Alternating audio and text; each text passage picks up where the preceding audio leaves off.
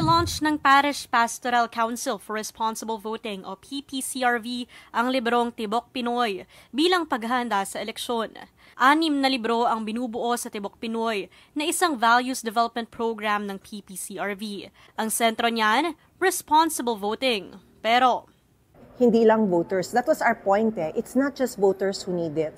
Because if we're only teaching voters education, parang every 3 years lang. Para maging totoong edukasyon, dapat hindi siya pabugso-bugso, di ba? Dapat tuloy-tuloy. Kitang-kita raw kasi sa estado ng eleksyon at pamamalakad ngayon sa bansa na nawawalan na ng halaga ang kabutihang asal hindi lang sa paaralan, kundi pati sa mga tahanan. For books based on values, yung pinakang matapat, magalang, masipag, matulungin, makabayan. We broke those down according to the different publics and environments that a child or a voter is exposed to. Agaw pansin ang ika-6 na libro na tungkol sa panganib ng internet sa kabataan. We hear of so many children, while conducting this and studying, so many children lose their identities and get into danger in social media. So unang-una, we teach them how to keep themselves safe.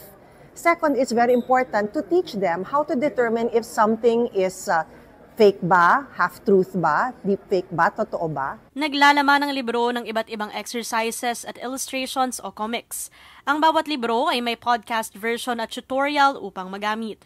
Ibabahagi ito sa mga center. Kasabay niyan, sinabi rin ni former COMELEC Commissioner George Garcia ang ilang pagbabago at paghahanda ng PPCRV para sa 2025 national and local elections. Mahalaga ang boto ng bawat Pilipino. At mahalaga rin na wasto ang desisyong gagawin natin sa pagsanay nito. Mobile Journal, Denise Valdesancho po, hatid ang mukha ng balita.